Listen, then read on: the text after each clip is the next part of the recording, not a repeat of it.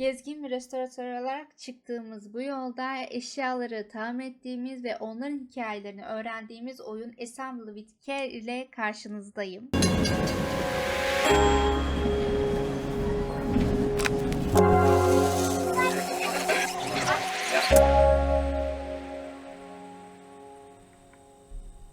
Evet, kaseti başlatıyoruz ve oyunumuz başlıyor.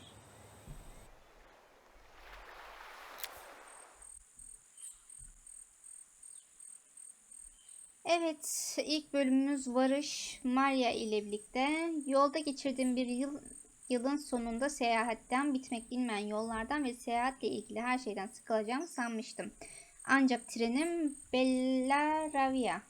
Bellariva sanırım. İstasyonuna vardığında kendimi yolculuğumun ilk gününde olduğu kadar heyecanlı hissediyordum. Bir ömür gibi gelen koca bir yıl gördüğüm yerler, tanıştığım insanlar, tabii bir de yol üstünde yeniden hayat verdiğim unutulmuş hazineler var.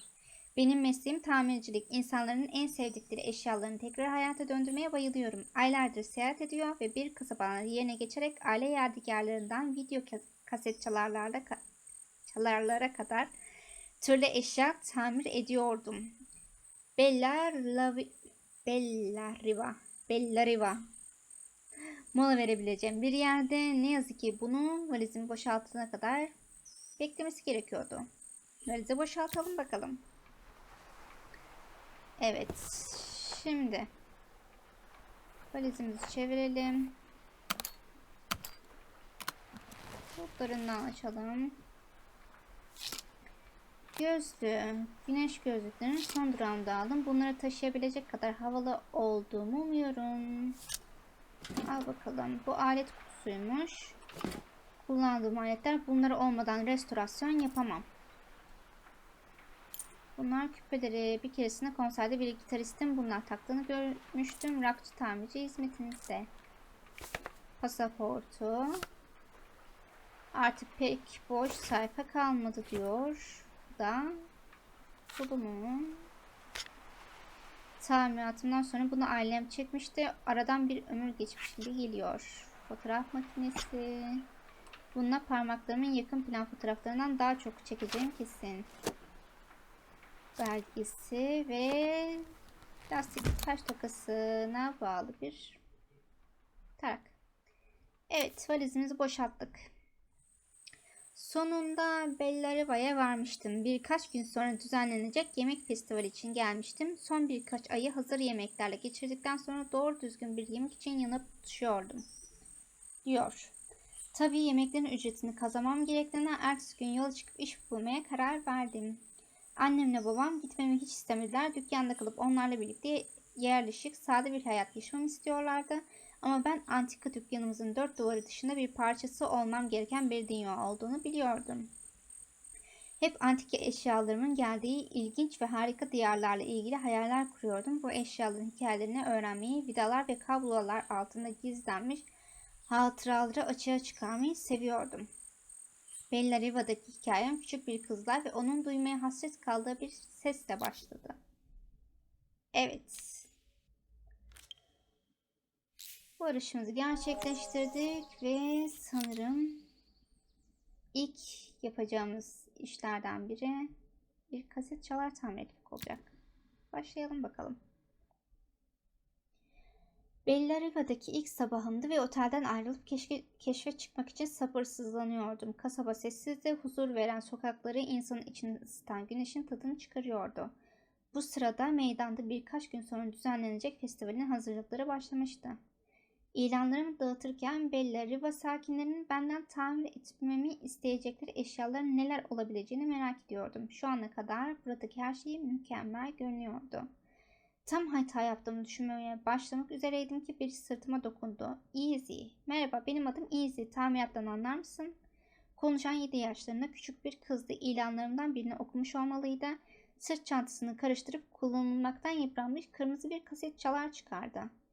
Kasetim kırıldı. Artık çalıştıramıyorum. Kendim tamir etmeye çalıştım ama şu metal şeyi açamadım. Sen deneyebilir misin? Evet, deneyebiliriz. İlk tamir işimiz geldi. Şimdi gel bakalım buraya. Seni bir açalım ilk önce. Burada dur. Aa.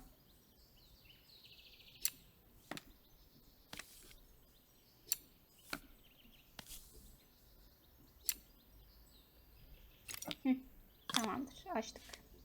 Açtık, sakin. Pillerin değişmesi gerekiyor galiba. Neyse ki yanımda yedek pil var. Evet. İlk işimiz kolay oldu. Evet. Şimdi. Evet. Hallettik. Tamam.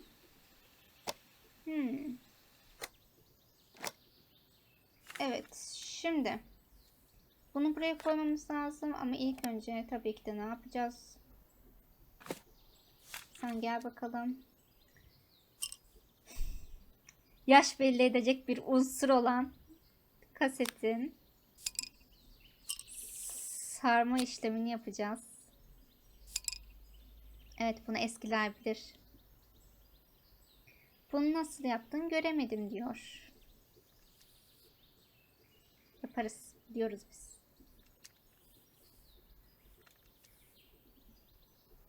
Evet, şimdi sen gel, kaseti açalım.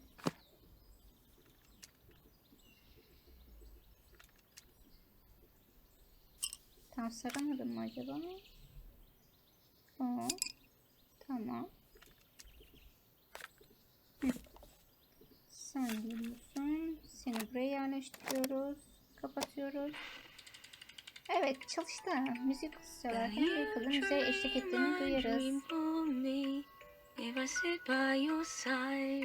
Evet, kaset çalarımızı hallettik. Keşke müzik bu kadar çalmasaydı. İnşallah telife girmez. Neyse. Bitince Easy kaset çaları alıp dikkatli sırt çantasına koydu. Teşekkürler Maria. Sen gördüğüm en iyi tamircisin. Önemli değil, şarkı söyleyen kimin sesi çok güzelmiş. Annem ama artık burada değil. Easy sözlerine devam edemedi. Hiçbir kasete sığmayacak kadar uzun bir sessizlik oldu. Arkadaşları çağırınca Easy ellerini ceplerine daldırıp bana verebileceği bir şey aradı. Sonunda toplam bir ciklet, birbirinden farklı 3 düğme ve bir yoyo çıkardı. Genellikle çeki tercih etsem de Easy çok ciddi görünüyordu ve ona fatura yazmaktan başka çarem yoktu. Görünürde mutlu bir çocuktu ama içinde bir şeyler paramparça olmuştu. Asla tamir edemeyeceğim bir kırıktı bu. Hüzünlü bir tamirat oldu ilk tamiratımız. Evet. İkinci tamir işimiz. Bir biblo sanırım. Bakalım. İlk tamiratımı tamamladıktan sonra günün kalanını meydanda ve etrafında küçük işler yaparak geçirdim. Yorgun bir halde otelime döndüm ve bir ziyaret daha gerçekleştirmemi isteyen bir mesaj buldum. Adrese gittiğimde eski küçük bir evle karşılaştım. Ev plaja bir taş atımı mesafedeydi. Akşam güneşi altında dökülmüş boyalarına ve kırık taşlarına rağmen çok güzeldi. Kapıyı iş kıyafetlerine çıkarmamış bezgin görünen bir adam açtı. Joseph, sen Maria mısın? Benim adım Joseph, Isabel'in babasıyım. Bu sabah seni rahatsız ettiği için kusura bakma, lütfen içeri gel. Hesabı kapatmak istiyorum. Şömine rafında kırık bir heykelin parçalarını gördüm. Hiç düşünmeden parçalardan birini aldım. Ah, babamın heykeli, daha doğrusu heykelden geri kalanlar. Onu yine hayal kırıklığına uğrattım işte. 100 yıldır bu ailede sapasağlam kalmasına rağmen Isabel'in eline 5 dakika geçirince sence kurtulabilir mi? Deneyelim. Evet. Şimdi yapıştırıcı gözükecek mi, çatlakların fark edilmesini istemem diyor. Deneyelim. Şöyle güzelce yayalım. Yay.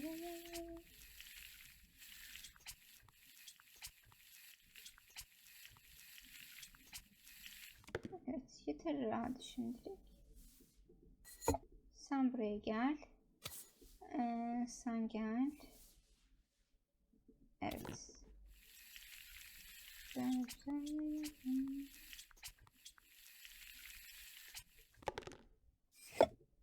Renkleri çok tatlı. Oyunu.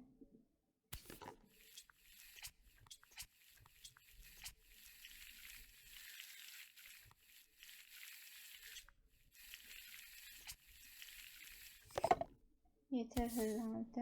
Bol bol sürdük.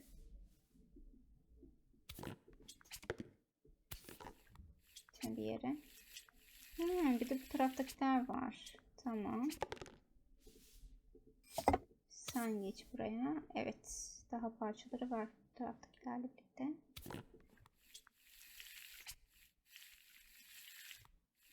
Şöyle.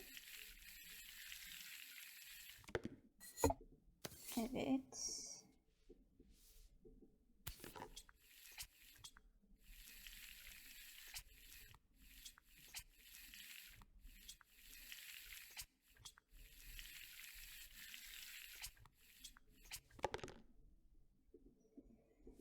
Tamamdır. Bu en alt parçasıydı sanırım. Sonuncu parçasına geldik.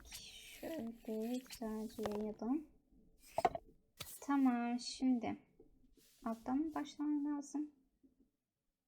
Evet. Evet. Bir bacağı burada. Bu da bacaktı sanırım. Evet. Bir bacağı burada. Gövdesi burada. Kızımın boynuna kocaman bir dikkat uyarısı asacağım diyor. Evet. İkinciyi de yaptık. İkimizi tamamladık. Teşekkürler Maria. Eskisi kadar mükemmel oldu. Babam başarılı olmamı istiyordu. Benimle ilgili beklentini hiç düşürmedi. Joseph'in rafa geri koyduğu heykel yanı başındaki mağrur aile portresine yaslandı. Demek adam Bellariva'nın belediye başkanıymış. Bu da Izzy'nin annesi. İkisinin de onu çok özlediğine eminim. Kusura bakma, biraz yorgunum. Festivale hazırlanmak için gece gündüz çalışıyorum. Yalnızca birkaç gün kaldı. Bu gece de sabaha kadar çalışmam gerekecek. Annemle babamın gitmek istediğimi söylediğimde hep meşgul olduklarını söyleyerek konuşmaktan kaçındılar. Herhalde kendilerini işlerini vererek böyle bir şeyi duymazdan gelmeyi tercih ettiler.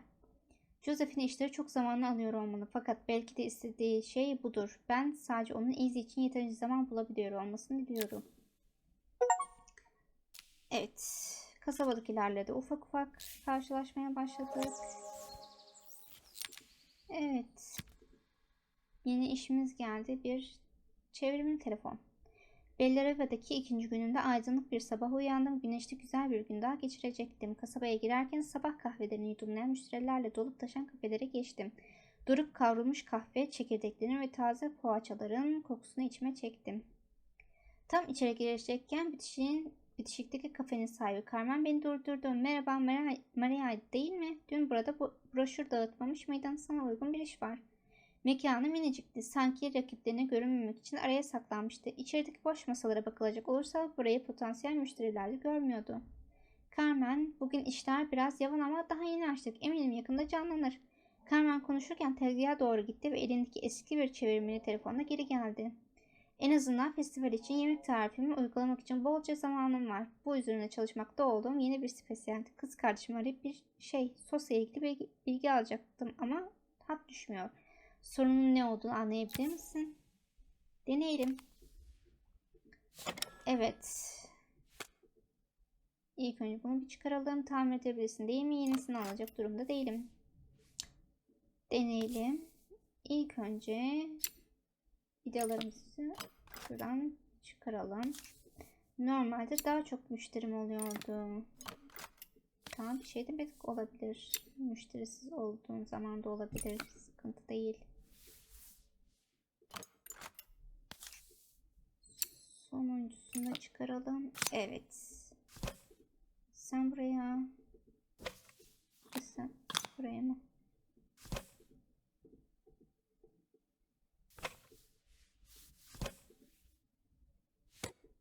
Hı. Tamamdır. Şimdi tekrardan bakın, zillerden biri kırılmış zaten belli. Buradan çıkaralım. Evet, bunu çıkaracakmışız. Nereye atayım bunu?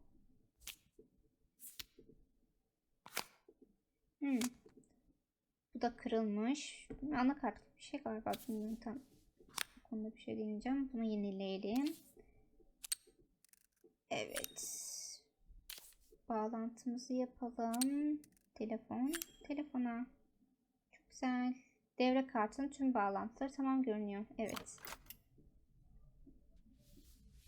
Şimdi kırılmış olan zilimizi de değiştirelim.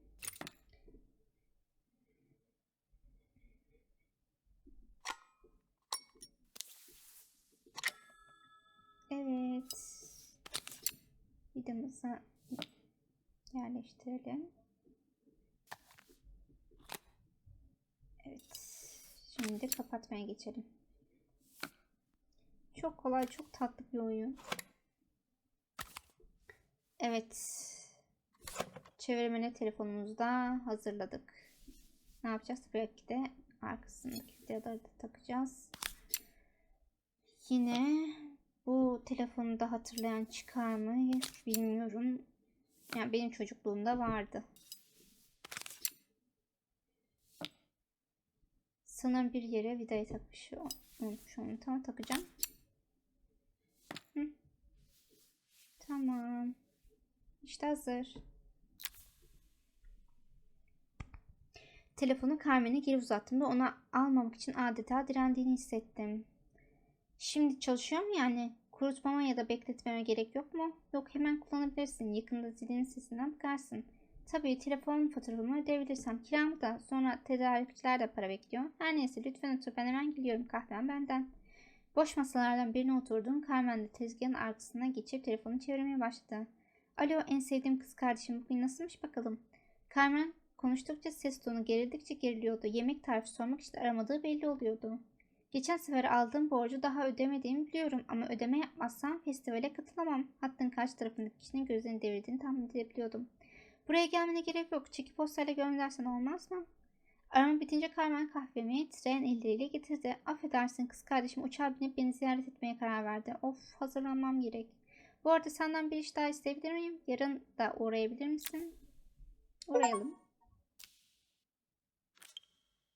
Evet. 3. işimizi bitirdik ve bir kamera işi geldi. Ertesi gün Carmen'e kafesine kız kardeşinin ziyaretini hazırlamasına yardım etmek üzere geri döneceğime söz verdim. Tam yola koyulacakken otelimin resepsiyonundan beklenmedik bir telefon aldım. Görünüşe göre oteldeki başka bir konuk adımı vererek onu bana bağlamalarını istemiş. Yükseldikçe gıcırdayan asansöre binerek merakla en üst kata çıktım ve bana söylenen oda numarasını buldum. Kapıyı çaldım. Helena, kamera için geldin değil mi? Ben de seni bekliyordum. Karşımdaki kadın mükemmel görünüyordu. Saçında her tel düzgünce taranmış, elbisesinde bir kırışıklık bile yoktu. Helena, kız kardeşim tamirden anladığını söyledi. Normalde bir uzmanına giderdim ama bu küçük kasabada ne umduğun değil ne bulduğun önemli. Demek Carmen'in kız kardeşi buymuş. Birbirlerine hiç benzemeyen iki kız kardeş. Odasında güzel bir manuel makine gördüm. Her profesyonel bir fotoğrafçının hayalindeki makineydi bu. Objektiften hiçbir şey görünmüyor. Zifir karanlık. Sorunun ne olduğunu bulabilir misin? Deneyelim. Evet. Şimdi bulduğumuz vidaları sökmekle başlayalım.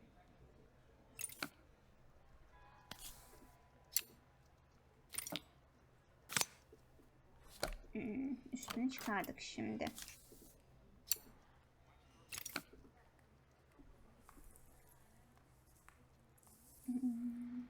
Başka bir yeri var mı? Lens çıkardık. Evet. Daha önce bu kadar değerli bir şeyi tamir etmemişsindir herhalde. Burada aynısı ne oluyor? Bilemedim. Sanırım. Tornavidayı kullanarak aynanın açısını ayarlayabilirim. Yanında, evet. Şimdi yavaş yavaş yavaş yavaş yavaş yavaş.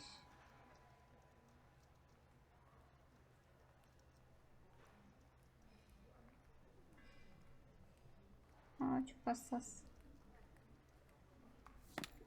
Sanırım oldu. Mükemmel. Objektif artık çalışıyor olmalı. Şimdi tekrardan kapatalım bakalım.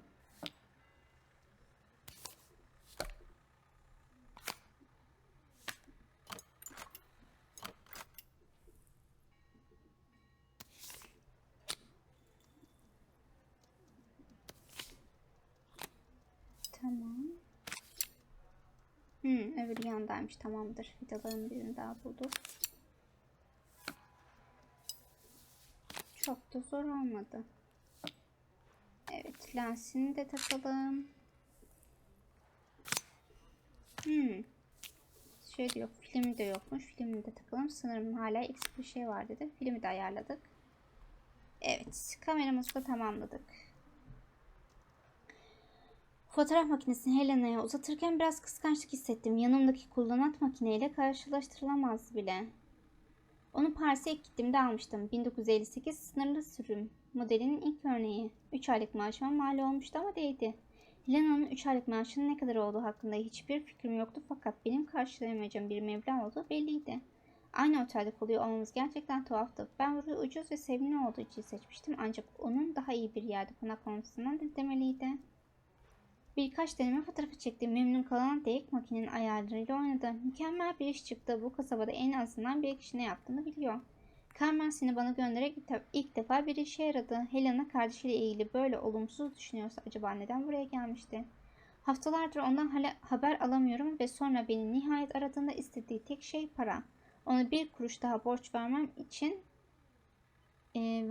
beni işinin zaman kaybı olmadığını ikna etmesi gerekecek. Söyledikleri hoş şeyler değildi. Helena kasırgası vurmak üzere ise Carmen'in buna hazırlıklı olmasını umuyordum. Eyvah eyvah.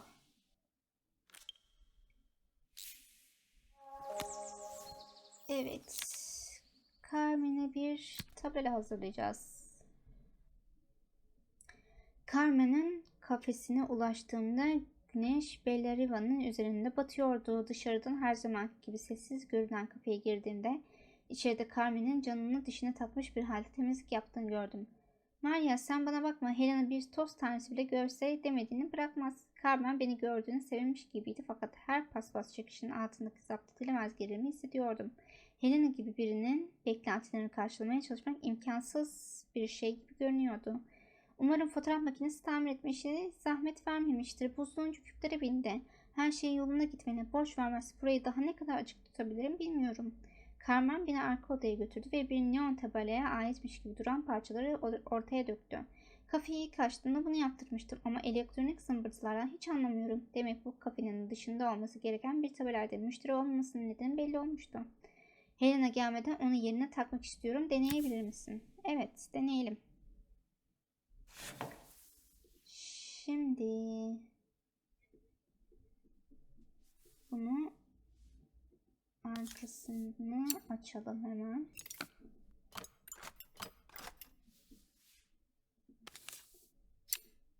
Evet. Seni çıkaralım.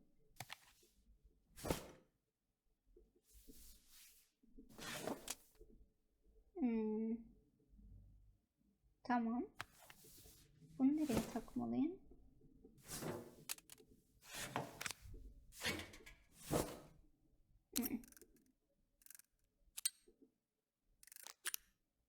Hop. Sen bir çık bakalım. Şimdi. Evet. Yazıyı da takalım.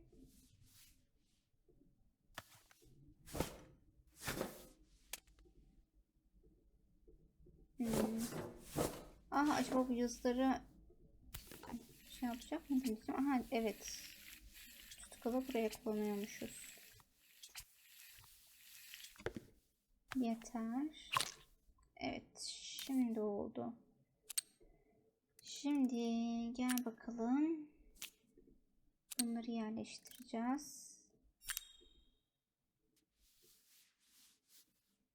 Evet. Ha, çalıştı.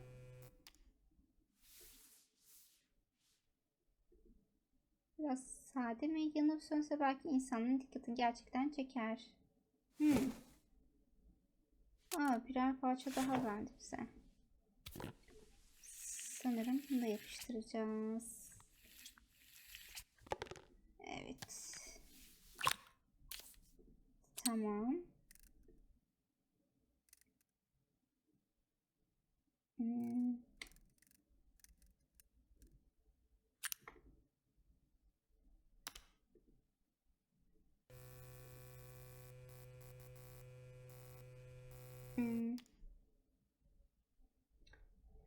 Bana kalırsa bütün ışıklarının yanması gerekiyor. Yanlışlık oldu. Ee,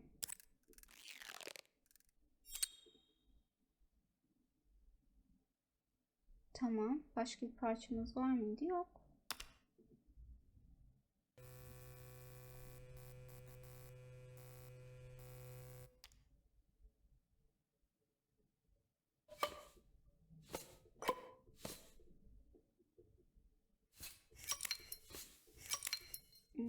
Karbon kese.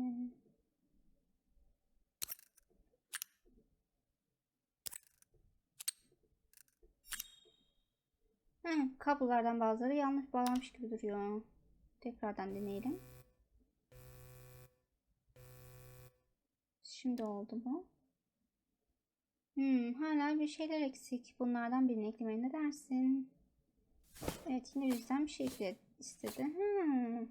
Tatlı. Bunlardan birini seçeceğiz.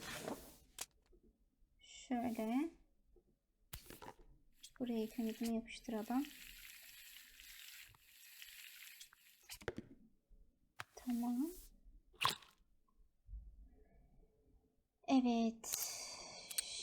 Şimdi. Hop. Hop. Tabii ilk önce bunlardan birini seçmemiz lazım. Dondurma, bir kokteyl bardağı ve pizza. Sanki daha tatlı olur gibi. Şimdi deneyelim.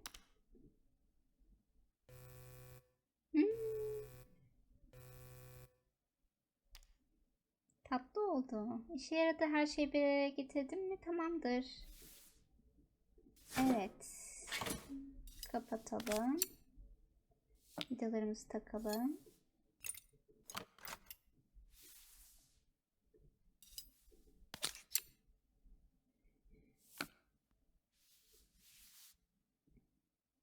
Evet, neon tabelamızı tamamladık.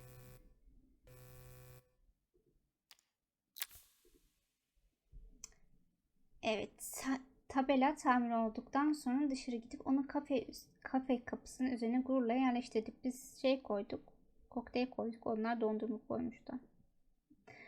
Carmen mükemmel oldu Maria.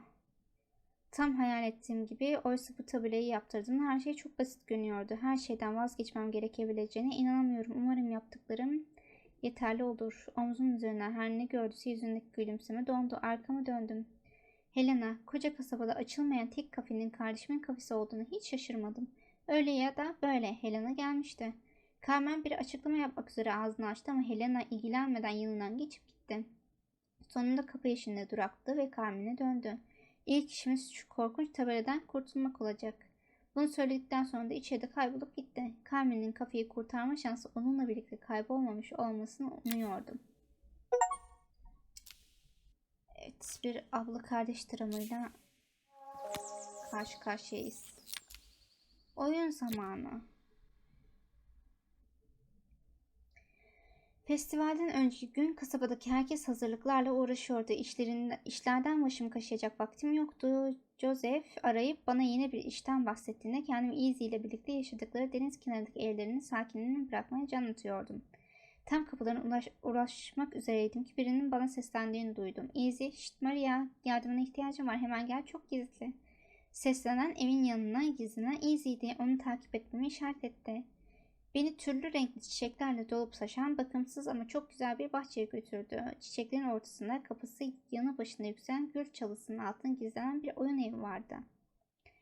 Yanındaki dar boşluktan çok dikkatli geçip küçük nefesler almışsın. Bak böyle Easy kocaman bir nefes alıp boşluktan sürünerek oyun evine vardı. Bugün çamurlara bulanmayı hiç planlanmıyordu ama bir tamircinin hayatı belirsizliklerle doluydu. İçerideki masada duran elektronik oyuncak ailemin antika dükkanındaki her zamanki mallara pek benzemiyordu. Easy, ben küçük bir kaza oldu. Bilerek yapmadım ama artık çalışmıyor. Benim için tamir edebilir misin? Evet, bir oyun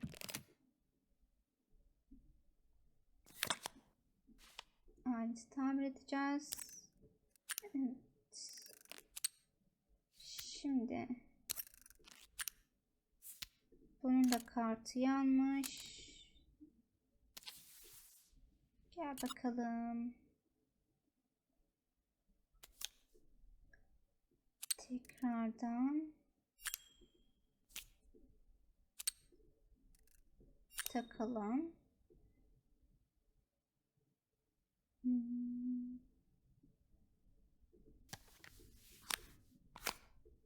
Evet. Burada bir şeyler mahvolmuş. Sen de gel bakalım. İşte.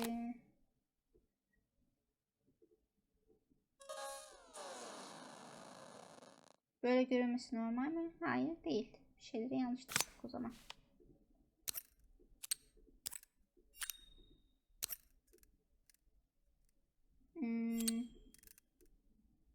Bir böyle deneyelim.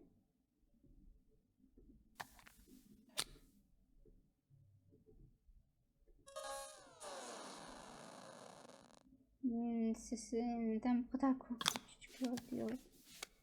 Çünkü belli ki bir şeyler yanlış takılmış.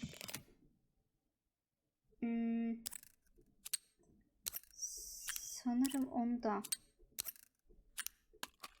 Şimdi seni çıkart. Evet, burayı komple çıkarmamız lazım. İşte, tamamdır. Hatırlayamıyorum ama şöyle yapalım.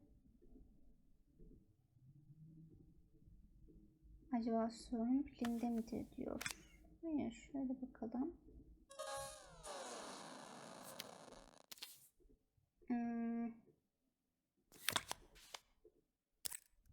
Bir de şöyle bir şey yapmamız lazım. Şimdi. Evet. Tuşu da mahvolmuştu. Onu da yenileyelim.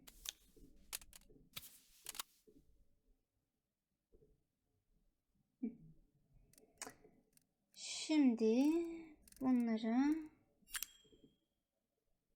yerlerine takmalıyım.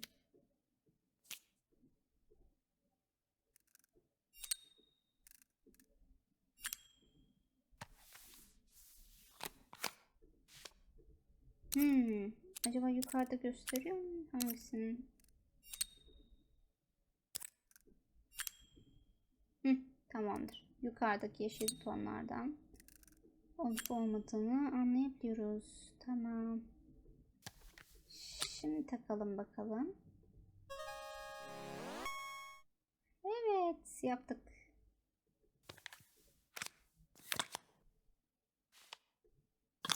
Piliyle ilgili bir sıkıntımız var mıydı? Yoktu.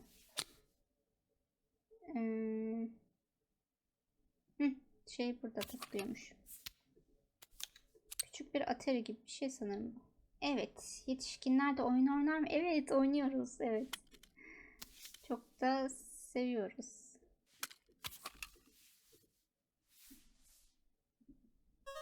Evet.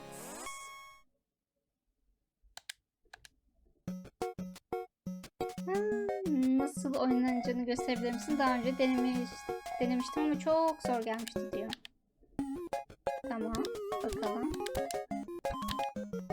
Gerçekten oynayabiliyoruz.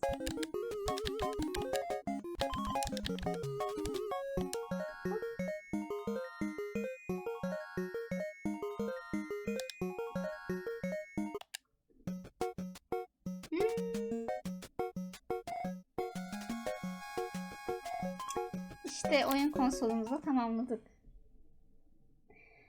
Oyuncağı tamir edilen Easy 10-15 santimlik ekranına gömüldü. Artık içeri girsem iyi olur. Babam beni bekliyor. Easy, lütfen ona oyundan bahsetme olur mu? Bilerek kırdığımı sanır. Neden öyle sansın ki? Easy, çünkü aslında ben onu düşürdüm. Çok hızlı düşürdüm. Duvara doğru. Easy başını eğmiş. Oyun evinin aşılmış zemininde birbirine sürttüğü ayakkabısına bakıyordu. Babam yarın şu aptal festivale gitmem gerektiğini ve aptal bir elbise giymem gerektiğini söyledi ama ben hiç istemiyorum. İşinden başka hiçbir şey düşünmüyor. İşi için olmasa beni de görmek istemiyor. Gitmeyeceğim işte. Beni zorlayamaz. İzi bunları söyledikten sonra yine gül çalılarının arasına daldı ve bahçenin yabani yeşilliklerinin arasında kayboldu. Çok küçük ve babasının da müdahale ettiğini anlaması beklenemezdi. Mücadele ettiğini. Bu beni düşündürdü. Acaba annemle babamın bakış açısını anlamak için yeterince çaba göstermiş miydim? Belki de beni bekleyen maceralara o kadar odaklanmıştım ki onları terk ediyor olmamı pek umursamamıştım. Ama hayat böyledir. Evet, bir saat. Neremizde okuyor? Maria, Easy'yi bahçede saklanan halde bırakıp evin etrafından dolaştım ve kapı zilini çaldım.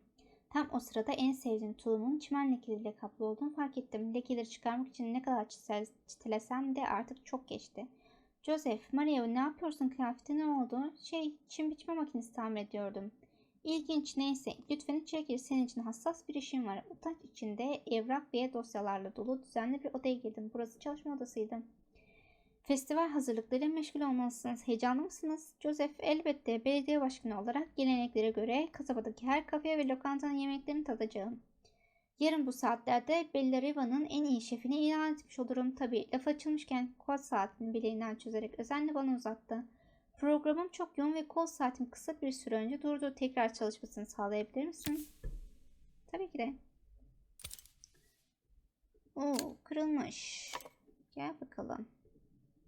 Parçalar uyumlu bir şekilde bir araya getireceğine emin misin? Deneyelim. Evet. İlk önce yine vidalarımızı bir sökelim.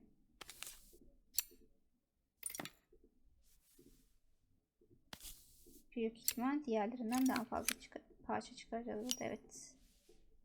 Burada çarklarımız var. Oo, hepsi kırılmış. Boylu boyunca çatlamış. Değiştirmem gerekecek. Dişler iyi görünüyor. Dikkatli olursam onları yeniden kullanabilirim. Evet.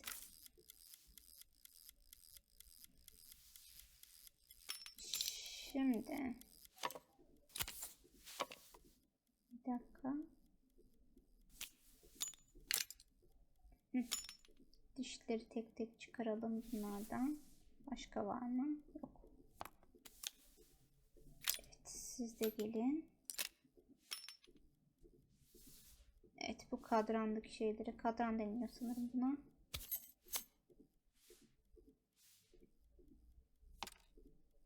Sen buraya gel, sen buraya gel. Evet. Niye böyle oldu? Gel bakalım. Tamam. İlk önce bunu takmam lazım sanırım.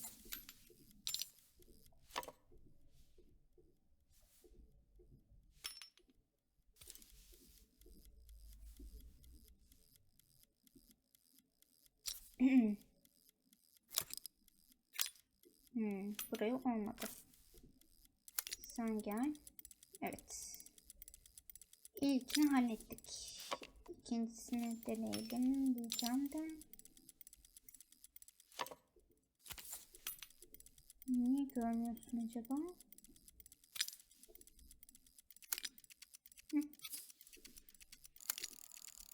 Evet. Şimdi sunucusunu da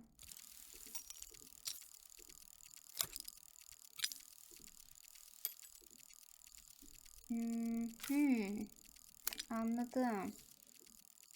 Ama bir şeyler olmadı.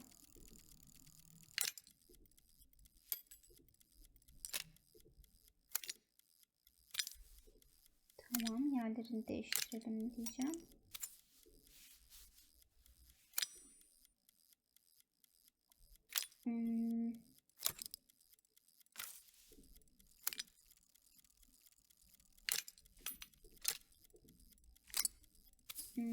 Bakalım, şimdi deneyelim. Ah, evet. Evet, şimdi oldu. Şimdi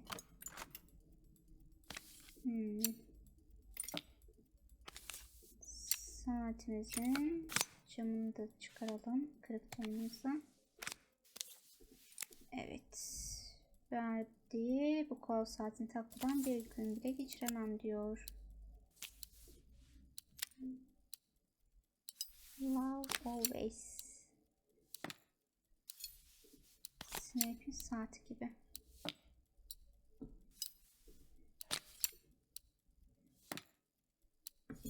Always. Aa, sanki içeride. Evet, içeride de bir şeyleri vidalamamız lazımdı ve biz onu kaçırdık. Tamam, sıkıntı değil. Tamam. Tamam.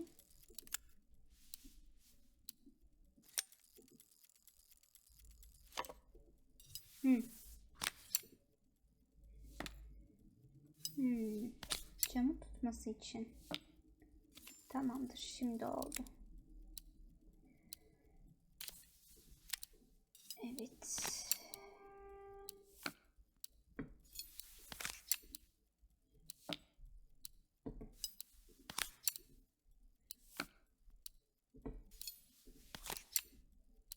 Biz burada bu oyunla rahatlarken Ernesto da uyuyor.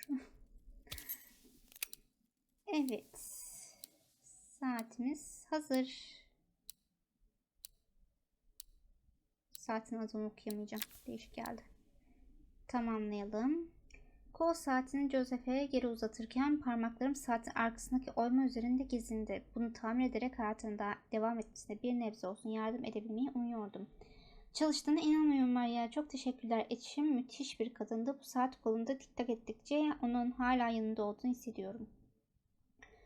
Saatler bitmek, tükenmek bilmeyen dakikaları ve saatleri ölçerken bu kadar az zamanımızın olduğunu bilmiyordum. Isabel'i bile çok az görebiliyorum ve gördüğüm zaman da o benden nefret ediyormuş gibi davranıyor. Tam o sırada telefon çaldı. Evdeyken bile adamın işi hiç bitmiyordu. Affedersin Maria, buna bakmam gerekiyor. Seninle yarın festivalde görüşürüz. Giderken arkama döndüm ve onun çalışma odasına volta attığını gördüm. Kol saati ikindi güneşine parıldıyordu. Saatin sessiz tiktaklarının onu bekleyen yoğun günlerde ona bir nebze huzur getirmesini diliyordum. Evet, saati de tamamladık. Büyük resim. Bir fotoğraf makinesi mi yine? Günün son işi beni Carmen'in evine götürdüğünde kapıyı hiç beklemediğim biri açtı. Helena, seni bu işe bulaştırdığım için kusura bakma. Carmen her gördüğü zımbırtıyı satın almadan duramıyor da. Carmen'in evi biraz karışık ama kendine has bir tatlılıktaydı. Tam onun karakterine yakışan bir havası vardı. Helena'nın tarzı olmadığı belliydi. O bit pazarından değil şık mağazalardan alınmış eşyaları tercih ederdi. Onun neden burada olduğunu merak ediyordum. Temizlik yapıyoruz. En azından ben yapmaya çalışıyorum. Her zamanki gibi Carmen pek yardımcı olmuyor. Yarın festivalde pazarda kurulacak. Bu eşyalardan bazılarını satıp ona biraz para kazandırmaya çalışacağım. Bunca eşyası varken hala hiçbir şeyim yok diyor. Helena yerdeki yığının yanından dikkatlice geçerken eşyalarının birini almak üzere eğildi. Şu slide göstericiye bak. Annemle babam nasıl el üstünde tutarlardı. Oysa Carmen bunu çöp muamelesi yapıyor. Bunu bir gözden geçirebilir misin? Tamam. Evet. Yine büyük bir parçayla karşınızdayız.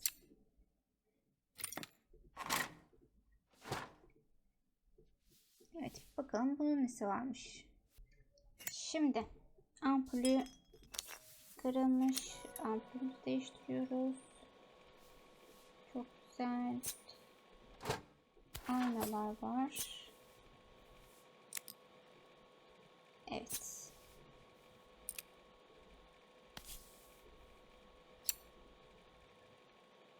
Aynalarımızı şimdi hizalamamız gerekiyor.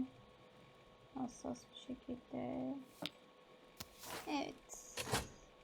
Yerleştirdik. Şehre taşındığında çok heyecanlıydım. Oysa Carmen ne kadar üzgün gözüküyor.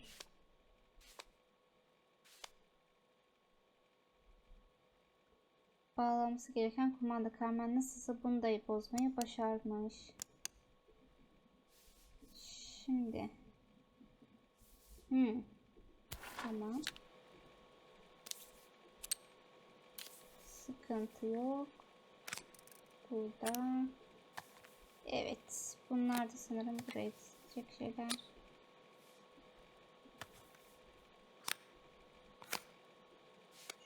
Şunu biraz da öne koyabiliyor muyum? Tamam. Slide. Evet. Bu resimlere de bakalım.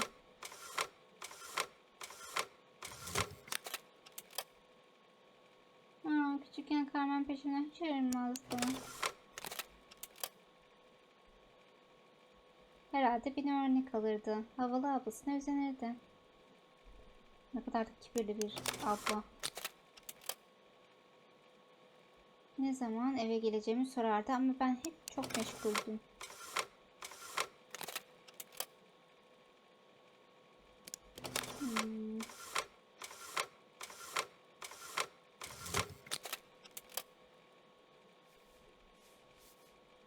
Evet. Tamamladığımıza göre bunları da yerimize yerleştirelim. Evet, slide göstericimizi de böylelikle tamamlamış olduk. Helena slide göstericisinin odağındaki iki küçük kardeşe takılmış gözlerini görüntüden ayıramıyordu. Helena, ben onu hayal kırıklığına uğratmayı hiç istemedim. Maria, ama hayal kırıklığına uğratmadın ki. Bak, bunca yıl kafeye yardımcı olmak için geldin. Hem para da veriyorsun. Sorun da o ya, param suyunu çekti. Birkaç ay önce işimden oldum. Biriktirdiklerim eridi gitti. Hiçbir şeyim yok. Carmen aldığı kötü kararları benim çek yazarak düzeltebileceğimi düşünüyor. Ama yapamıyorum işte. Bu defa olmuyor. Biliyor musun, buraya gelirken ona gerçeği anlatmak istiyordum ama insanı deli ediyor. Kendinden başkasını düşünmezken ondan nasıl yardım isteyebilirim ki? Helena sessiz kaldı. Duvara yansıyan yıllar önceki halinin bakışları altında adeta eziliyor gibiydi. Ben gittikten sonra birbirimizden uzaklaştık. Bizi bir arada tutan tek şey banka hesabımdı gibime geliyordu. Ona doğruyu söylemem gerektiğini biliyorum. Hiç adil değil. Ama zaten her şeyi kaybettim. Ya onu da kaybedersem? Bir aile dramı daha. Evet. Büyük resminde geçtik. Kaynama noktası. Nasıl bir aletmiş bakalım. Festival günü gelip çattı ve onca çalıştıktan sonra aletleri bir kenara bırakıp çatal kaşığı elime alma zamanı geldi. Meydana girdiğimde beni karşılayan koku inanılmazdı. Her tezgahta bir öncekinden daha leziz yemekler satılıyordu. Yarışma başlamak üzereydi. Tezgahların sahipleri belediye başkanını onlara uğramasını sabırsızlıkla bekliyordu. Carmen hariç, çünkü o hala telaşlı sebzeleri doğramakla ve tencereleri karıştırmakla meşguldü. Carmen, Maria, Tanrı'ya şükür buradasın. Senden çok büyük bir iyilik isteyebilir miyim? Helena bugün tezgahta bana yardım edecekti ama gelmedi. Herhalde yüzünü göstermeye utandı. Bana yalan söylediğine inanamıyorum. Carmen öyle hızlı karıştırıyordu ki tencere her an yuvarlanabilirdi. Belediye başkanı değerlendirmeye gelmek üzeredir ama spesiyelim neredeyse bitti. Gerçekten benden böyle bir şey istemeyecek değil mi? Healthy dinlenme gününde. Tutuşturulmaya hazır bir ocağım var. Sen onu tutuşturup bana biraz yedek yemek yapabilir misin? He. Bir ocakmış yapacağımız şey. Evet. İlk önce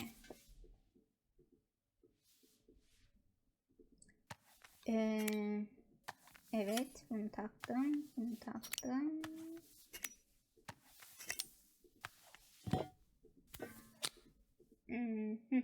O da tamam. Parçalar yerine oturdu. Şimdi ocağı yakalım.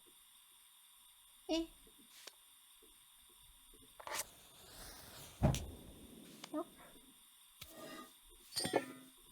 Tenceremizi ocağa alıyoruz. Ocağın altını yıkıyoruz. Hop. Çorbamızı tencereye ekliyoruz. Tencere kaynamaya başladı. Bana göre harika kokuyor.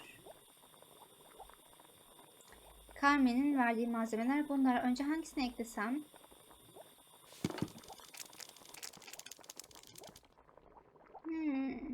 Carmen'in bize verdiği sebzeli çorbanın tarifi diyor ki o şeyi karışımı koy.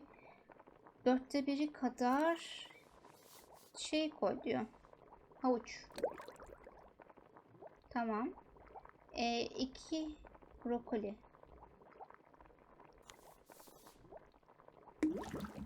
Yani üstüne çizmiş ama brokolidir umarım. Bak, bir tane daha. Brokoli ve biraz domates sanırım. Evet. Domatesimizi koyduk. 3 tane mushroom. Mantarımızı koyuyoruz. Güzel gözüküyor. Servise hazır olduğunda bir kepçe alırım. 2 ve 3. Ve biraz sanırım soğan. Soğan yazıyordu sanırım. Neyse. Hop. Karıştır karıştır karıştır. 4 mevsimlik çorbamız tamamlandı. Ben üzerine düşeni yerine getirdikten sonra Carmen işe alıp son dokunuşları yaptığı tam zamanda bitirmiştik. Çünkü az sonra peşinde Easy olduğu halde Joseph göründü. Carmen ikisine birer porsiyon yemek koyarken heyecanlıydı. Easy çok lezzetliydi. Biraz daha alabilir miyim lütfen? Doğrusu kızımı sadık müşteriniz olarak kazandınız. Tatmamız gereken başka yemekler de var ama şimdiye kadar tattıklarımız içinde en iyi olanlar arasında olduğunu söyleyebilirim. İyi şanslar. Joseph ve Izzy birlikte çok mutlu görünüyorlardı. Belki festival onlara iyi gelmiştir. Carmen ise sinirle görünüyordu. Acaba neden? Halbuki her şey yolunda gitmişti. Keşke Helen da bunu görseydi. Hiçbir şey başaramayacağımı öylesine emin ki. O senin için en iyisini istiyor. Sadece bunu isterken pek ince davranamıyor. Carmen, evet biliyorum. Çocukken de bir tek o beni zorlardı. Keşke bana yalan söylemeseydi. Gerçi yıllardır ondan o kadar çok şey istedim ki onun ne kadar çok şey verdiğini hiç oturup düşünmemiştim.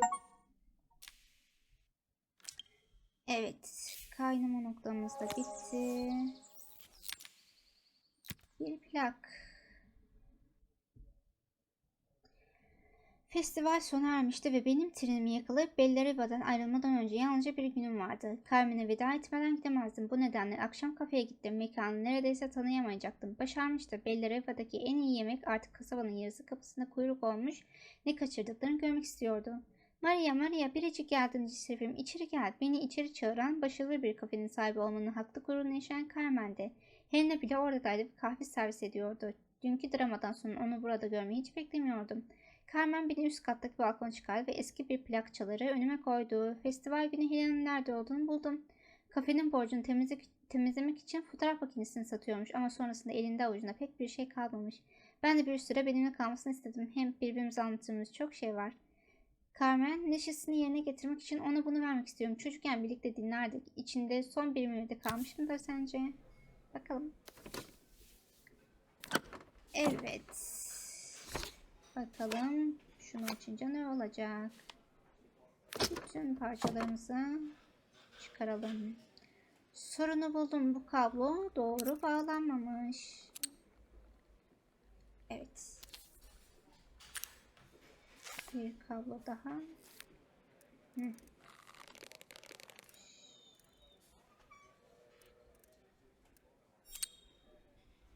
Evet. Hız düğmesi hayır. Şimdi hızı değiştirmemiz mümkün olabilecek. Evet. Seni de sınırım olmadan.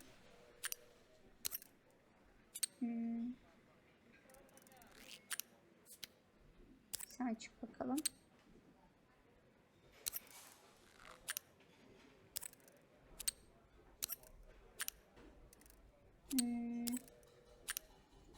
Burası da değilmiş. Burası da değil. Peki senin yerin neresi? Çık bakalım.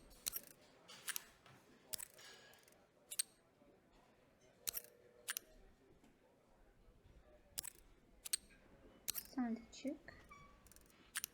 Tek tek deneyelim bakalım.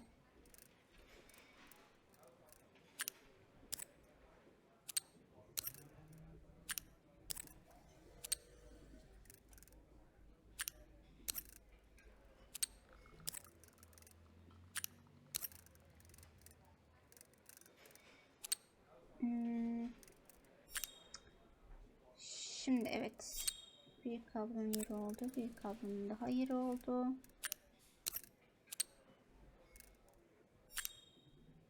Evet. Şimdi daha evet. Bence bu işe yarayacak. Plak şimdi güzel çalacaktır. Deneyelim. İğnemizi de koyalım.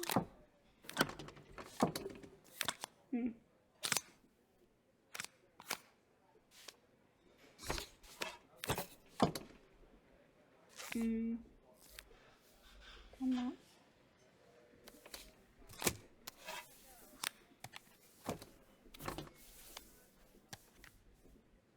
Şuraya iğneyi yerleştirelim.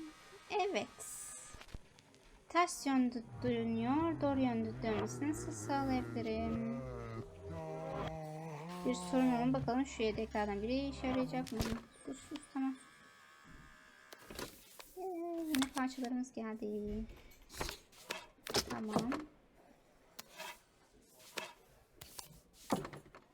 Şimdi sanırsak bunlardan bir sıkıntı varmış.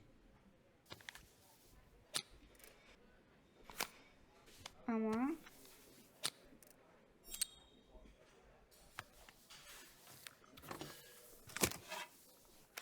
çalıştıramadık.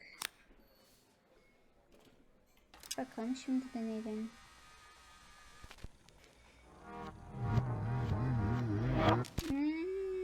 Bozuk. Evet. Bu yeşil olan bozuk. Bunu öğrendik. Sarı olanı deneyelim. Bağlıyoruz. Lastiğine takalım.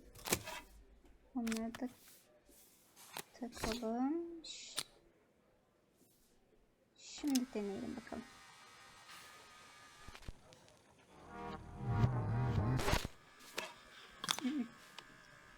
Sarı olan da değil. Yeşil olan da değildi. Demek ki bizim takmamız gereken bu. Evet. Şimdi hallettik. Bakalım.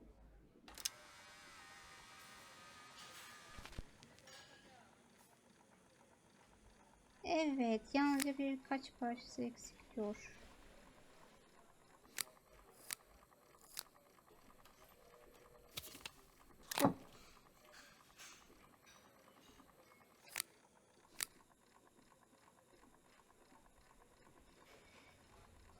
Evet, plakçalarımızı da tamamladık.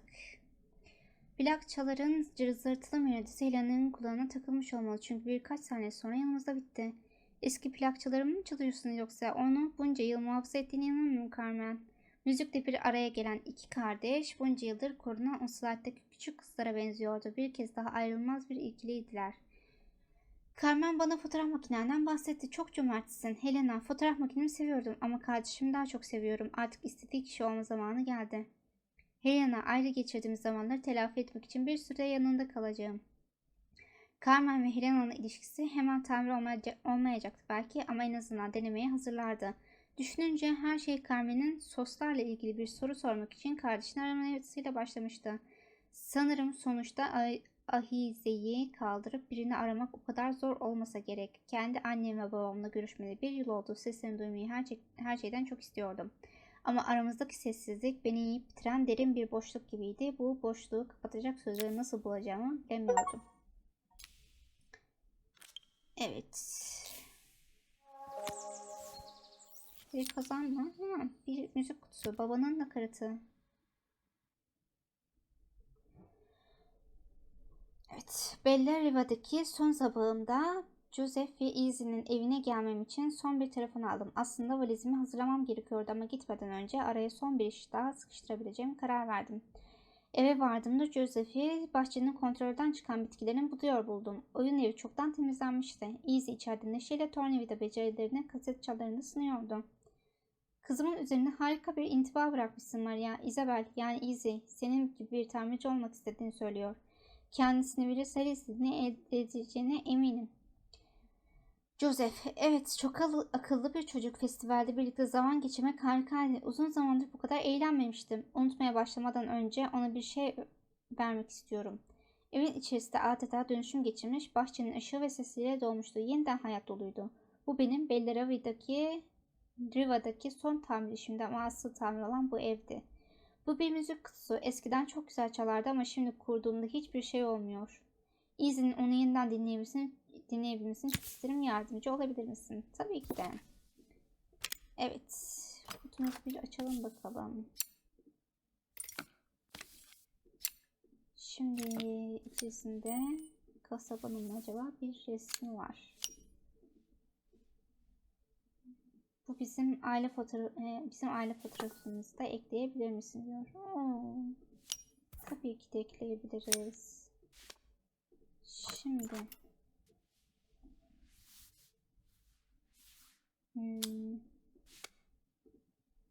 Tamamdır. Bunun içinde de bir şeyler var. Aa bir kuş var sanırım dönecek olan. Tamam. İlk önce şunun altında bir açalım. Evet, kapı gıcırtısı da yan taraftan geliyor. Yan evde. Maalesef. Evet. Bayağı parçaladık. Şimdi onu hallettik. Mekanizma tamamen bozulmuş. Tamir etmem için önce hepsini sökmem gerek. Evet. Yeni dişlerimiz ve müzik bobini mi artık bilmiyorum. Geldi.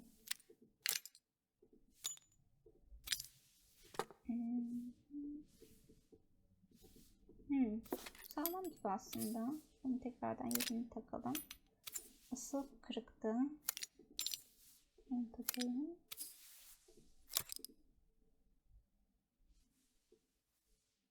Acaba olmuş mudur?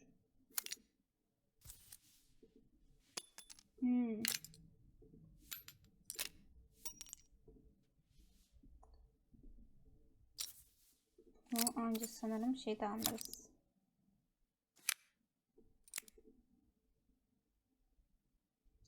Tekrardan yerleştirince anlayacağız sanırım bunu. Ne?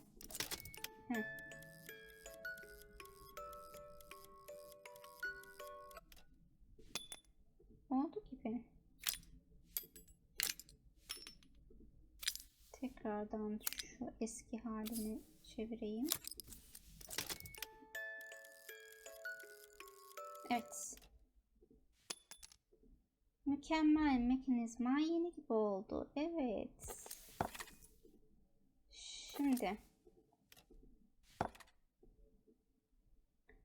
sen gel. Bunu buraya oturtuyorduk. Evet. Aile fotoğrafımızı yapıştıralım. Şöyle tutkalımızdan sürelim bolca. Evet, gel bakalım. Şimdi bunun içindeki kuşu da çıkaralım. Bunu buraya koyalım.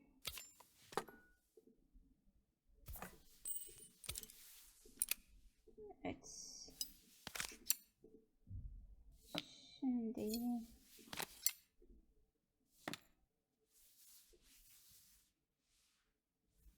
öbürleri nereye koyacaktım ki?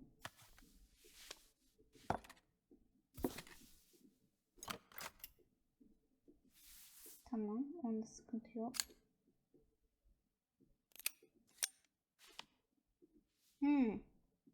İlk önce çekmecenin altına şu vidalarımızı yerleştirelim.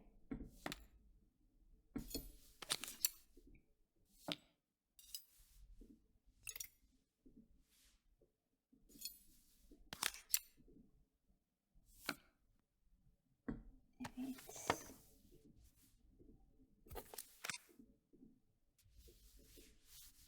Tamam. Şimdi son olarak seni yerleştirelim. Her şeyi geri yerleştirdiğini sanıyorum. Emin olmak için çalman gerek. Tamam. Evet. My wife used to sing this song to Izzy each night before bed, but I always worked too late to join them. Sanırım her gece Dream for me, and I sit by your side and hold you so tight. Çok şey kaçırdım ama artık karımın olmamı istediği baba olmak istiyorum. Tıpkı babam gibi oldum çıktım. Sürekli çalışıyorum. Easy'nin bana daha çok ihtiyacı var. Özellikle yalnızca ikimiz kaldıktan sonra. Kızım her şeyden önce gelir. En azından yaşlı babasına sıkılana kadar bu böyle. Senden asla sıkılmayacağım babacığım. Easy koşarak odaya girdi. Joseph onu kollarının arasına alıp kaldırdı ve omuzlarına oturttu. Easy gözleri parlayarak müzik kutusuna bakıyordu. Onu hiç bu kadar mutlu görmemiştim. Her şey için teşekkür ederim Maria. Benim için tamir ettiğin şeyleri tekrar kullanabildiğim için çok mutluyum. Joseph iyi bir babaydı ve daha iyi bir baba olmaya kararlı olduğunu görebiliyordum. Sonuçta hepimiz aynı şeyi istiyoruz. İşleri yoluna koymak için ikinci bir şans. Bellereva'da zamanın sona ermek üzereydi. Fakat gitmeden önce kendim için tamir etmem gereken bir şey olduğunu biliyordum. Neymiş bu? Bakalım. Evet. Yola çıkış. Tekrardan valizimizi hazırlayacağız. Bellereva'daki zamanın sona ermek üzereydi. Sonunu yazmaya hazır olmadığım bir hikayede bir bölüm daha bitmişti. Tanıştığım insanlar, tamir ettiğim eşyalar hepsi bana neyin önemli olduğunu öğretti. Valizimi yatağın altından çıkarırken onu annemle babamın dükkanında çaldığım günü hatırladım. Yani yola çıktığım günü. Sonrasında onları arayamayacak kadar utanıyordum. Özür dilemek istiyordum. Pişmanlığımı o günden beri içimde taşıyordum. Valizimi toplarken yükü hafifletmenin elimde olduğunu biliyordum. Evet. Tekrardan valizimizi toplayalım bakalım.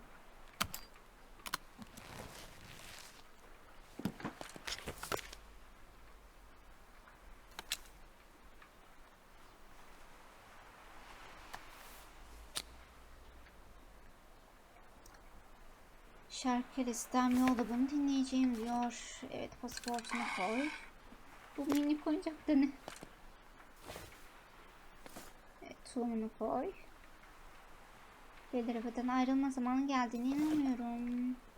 Carmen'in çorba tarifini de almış. Bana bu tasarımcı elinden çıkma giysileri verdi. Bunların yüzünden onun kadar iyi durum bilmiyorum.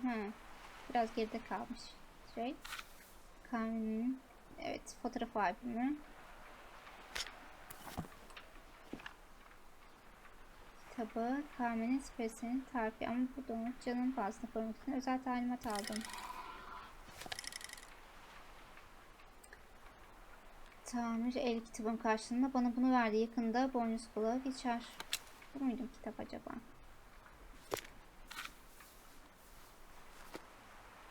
Evet, fotoğrafa. Annemle babam Bellereva'ya bayılırlardı. Belki onları buraya gelmen için ikna edebilirim. Evet, kasetini de koy. Valizimiz hazır. Valizim doluydu ama istasyona giderken esas ağırlık yüreğimdeydi. Bellereva'dan ayrıldığımı üzülsem kendi çapımda küçük de olsa bir fark yarattığımı umuyordum.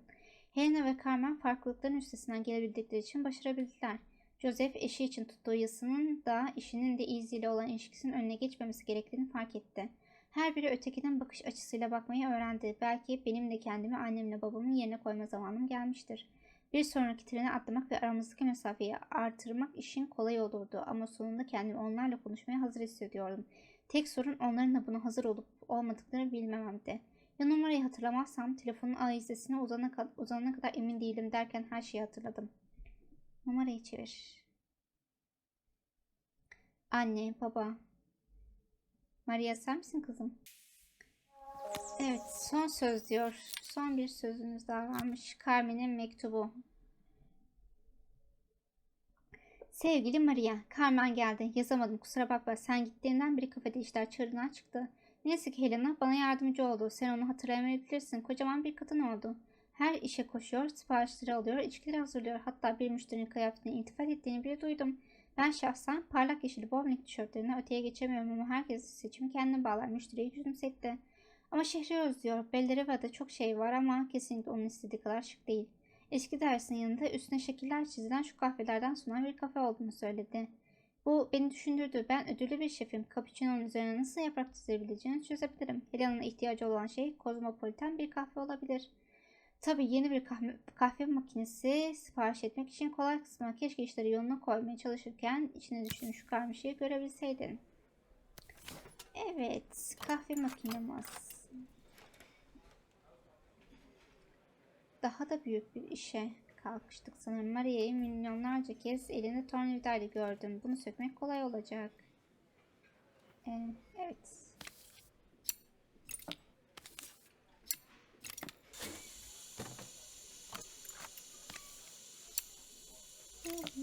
Buralar basit görünüyor. İşe onlarla başlasam iyi olacak.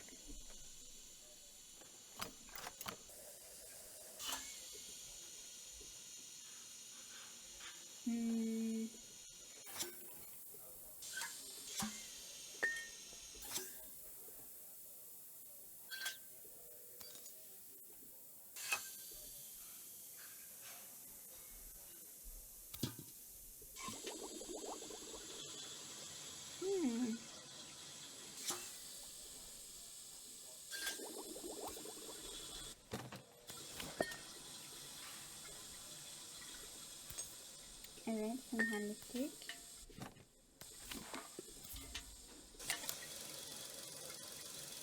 Evet. Sanırım şimdi bir şeyler çözüyoruz. Evet. Buldum. Sonunda artık buhar yok. Evet, hallettik. Şimdi asıl zor işlerimizden biri daha. Yaptım. İkincisi. Üçüncüsü. Çevirelim. Bayağı işimiz var.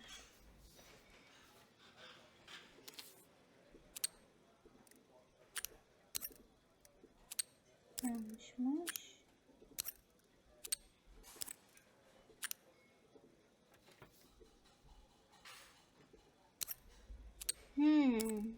Bunu 1'e bağlarsam bunun da 1'e bağlanması gerekiyor. Bunu 3'e bağlarsam, bunu 2'ye bağlarsam, bunu da 2'ye bağlamam gerekiyor.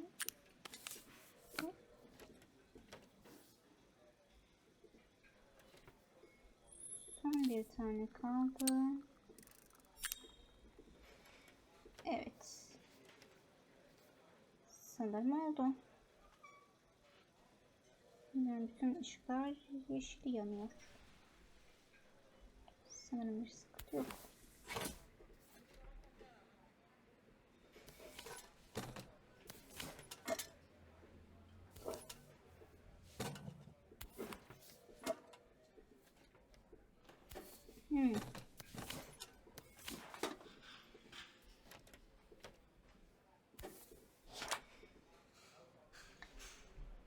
Parçaların hepsi orada mı olmalı?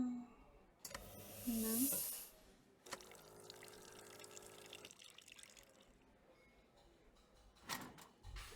Sanırım doğru.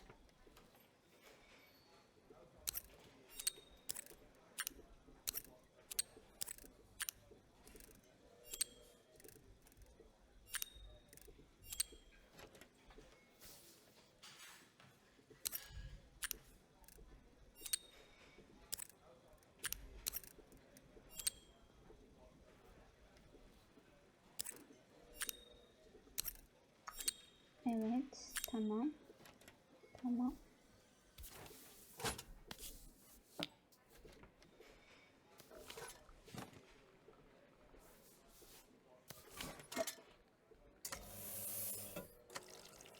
Tamam. Bu da güzel gözüküyor.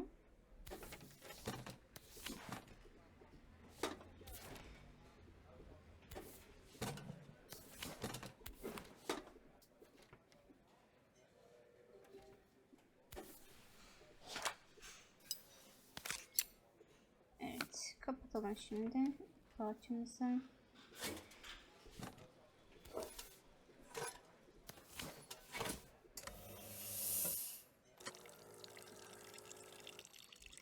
Gayet güzel çalışıyor gibi duruyor.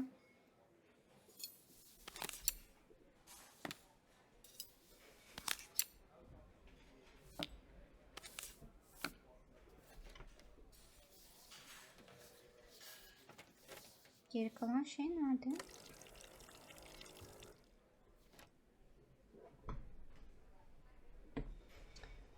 Sanırım bir videoyu unuttum. Bir video değil, 2 video unuttuk.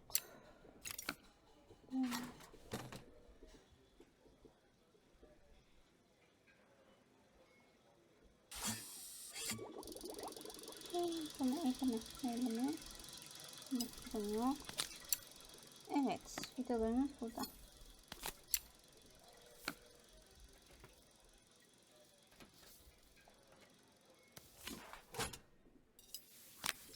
Evet, son 2 vidamız. Evet, bu da tamam.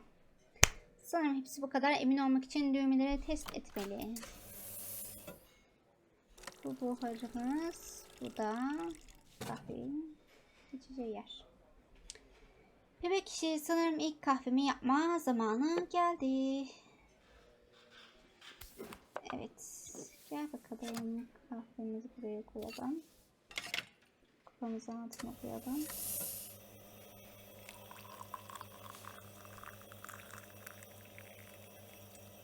Evet. Harika kokuyor. Şimdi sihir zamanı.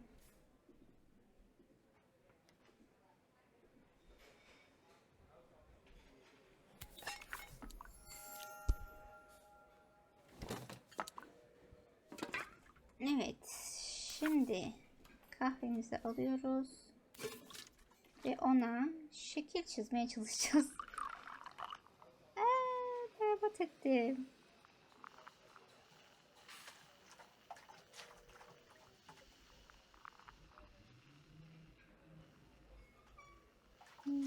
Yani ne yapabilirim ki?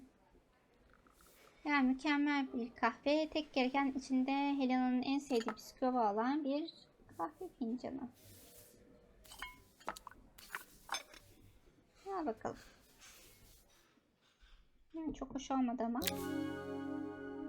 Espresso makinemizi de tamamladık. İnsan tüketimine uygun bir içecek yapmayı başardığımdan beri şu kahve makinesinden daha demode hissediyorum kendimi. Biraz nasıl desem postmodern görünüyordu ama Helena'nın ince zevklerini bildiğimden bunu kasıtlı olduğunu sanmasını umuyordum. Tam bir uzman ilk başta bakmaya tenezzül etmedi. Burnunun altını gezdirerek koklamakla yetindi.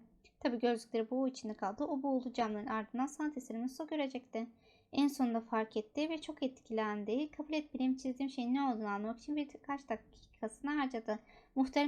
Muhtemelen bir at olduğunu karar verdi. Yani bazen gerçeği bilmek daha iyidir.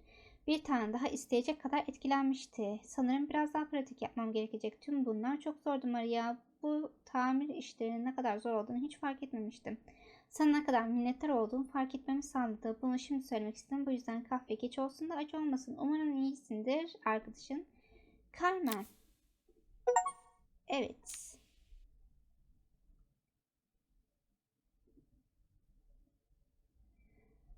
Carmen'in mektubu da bittiğine göre oyunumuz bu kadardı. İzlediğiniz için teşekkürler.